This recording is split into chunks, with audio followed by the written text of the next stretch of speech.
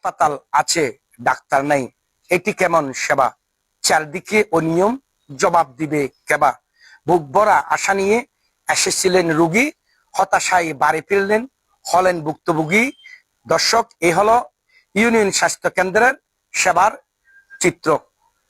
গত কয়েকদিন আগে উপজেলা স্বাস্থ্য প্রধানের অফিস আদেশ জারি হয়, সাতকানিয়ার বিভিন্ন ইউনিয়ন স্বাস্থ্য কেন্দ্রে তাদের যে সরকারি ডাক্তার রয়েছেন তারা প্রতি সপ্তাহে একজন করে ডাক্তার পাঠাবেন এবং ফ্রি চিকিৎসা সেবা দিবেন। তার শিডিউল মোতাবেক আজকে সোমবার বাজালিয়া ইউনিয়ন স্বাস্থ্য কেন্দ্রে একজন ডাক্তার আসার কথা, তার নাম ডাক্তার মোজাম্মেল। আমরা সকাল 10টা থেকে 2টা পর্যন্ত অপেক্ষা করেছি, দেখা মিলল না। ডাক্তার মোজাম্মেলের পক্ষান্তরে অসংখ্য রোগী এসেছিল, তারাও আস্তে আস্তে চলে গেছেন। তার কারণ আমরা অনেকে প্রচার করেছি সোমবারে সরকারি ডাক্তার আসবেন, তবে ডাক্তার মোজাম্মেলের সাথে যখন কথা বলছি তিনি জানিয়েছেন সাতকানিয়া উপজেলা স্বাস্থ্যর প্রধানের সাথে কথা বলতে। এবং আসলে এই সাধারণ মানুষ যাবেন কোথায়, এই প্রশ্ন আপনাদের কাছে। তবে এইসব ক্ষেত্রে আমরা দেখেছি এইসব ইউনিয়ন স্বাস্থ্য কেন্দ্রে ওইসব ডাক্তাররা সেবা না দিলেও তারা কিন্তু আমাদের খবর রয়েছে বিভিন্ন বেসরকারি হাসপাতালে সেবা বিক্রি করেন।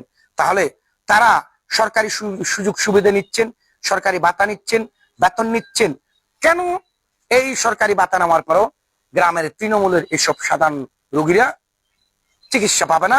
এসব ডাক্তারদের কুটির জোর কোথায়? প্রশ্ন রইল আপনাদের কাছে। আমরা ভেবেছিলাম হয়তো 5ই আগস্টের পরে ব্যাপক পরিবর্তন হবে স্বাস্থ্য ক্ষেত্রে, তবে কাগজে কলমে পরিবর্তন হলো, এখনো কোনো আমূল পরিবর্তন হয় নাই কোনো স্বাস্থ্য কেন্দ্রের। এইসব ইউনিয়ন স্বাস্থ্য কেন্দ্রের আপনি সাতকানিয়ার এমন কিছু উপজেলা ইউনিয়ন স্বাস্থ্য কেন্দ্র আছে যেখানে ডেঙ্গু, ম্যালেরিয়া, ফাইলেরিয়া, এডিস কিউলিসদের বসবাসের এক অভয়ারণ্য, এমনও আমরা ইউনিয়ন স্বাস্থ্য কেন্দ্রে দেখেছি। তবে এগুলা আমরা যতই প্রচার করি আসলে কর্ণপাত করেন না যথাযথ কর্তৃপক্ষ। হয়তো তারা ভাবেন না যে এই যে অসংখ্য মানুষ তারা তাদের দিকে তাকিয়েছে একটু ফ্রি চিকিৎসার জন্য, যাদের 300 টাকা 500 টাকার অভাবে যারা একজন ভালো ডাক্তার দেখাতে পারেন না, তাদের জন্য সরকার যে ব্যবস্থা করেছেন সেটিও শুভঙ্করের ফাঁকি। দর্শক, দেখাচ্ছিলাম আজকে এই ইউনিয়ন স্বাস্থ্য কেন্দ্রের ডাক্তারদের বেহাল অবস্থা।